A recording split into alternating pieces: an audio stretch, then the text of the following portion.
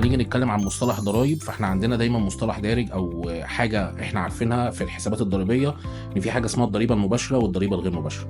الضريبه الغير مباشره بتفصيله بسيطه كده هي الضريبه التي لا يقع عبئها على المنظومه او على المنشاه.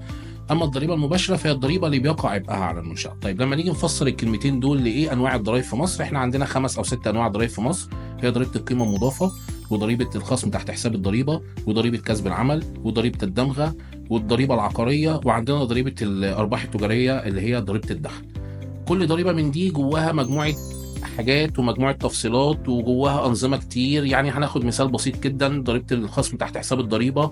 امتى انا ابقى جهه خصم وتحصيل؟ امتى انا ابقى تابع لنظام الدفعات المقدمه؟ ايه هو نظام الدفعات المقدمه؟ ازاي اشترك فيه؟ ازاي لو حصل فحص ابقى انا راجل عارف يعني ايه الضريبه، فروق الفحص اللي بتطلع، وعارف يعني ايه الغرامات التاخير اللي بتطلع؟ طب لو دخلت العائد المقدم عارف يعني ايه العائد على الدفعات المقدمه؟ الكلام ده كله القوانين بتفسره، اللائحه التنفيذيه بتفسره، التعليمات اللي المصلحه بتصدرها لازم اكون متابعها كويس جدا عشان ابقى متطور مع كل اللي بيحصل في المجتمع الضريبي.